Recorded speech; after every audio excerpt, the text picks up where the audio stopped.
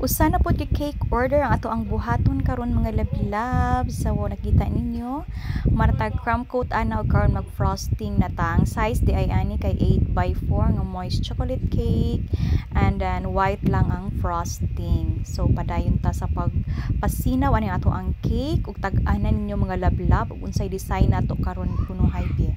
So first, siguro mga first 3 ang makatag-an adunay premyo nga carrot cake loaf lang ha sa December pohon. So tag-ana mo. So kani mag-piping na ta. So ka-colorful sa atong pipings.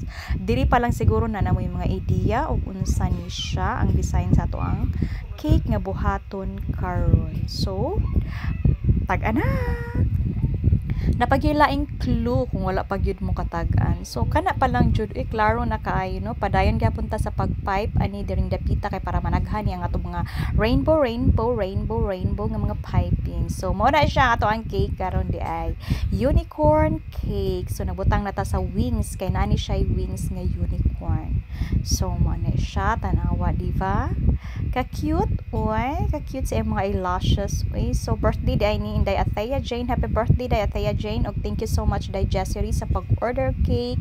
Ato ni siyang patuyok-tuyokon aron makita ang iyang kagwapa. So naapod ay ni siya kuyog nga isa ka dozen nga cupcake. Tanawa pretty po kayo no. So thank you for watching mga labla. Bye.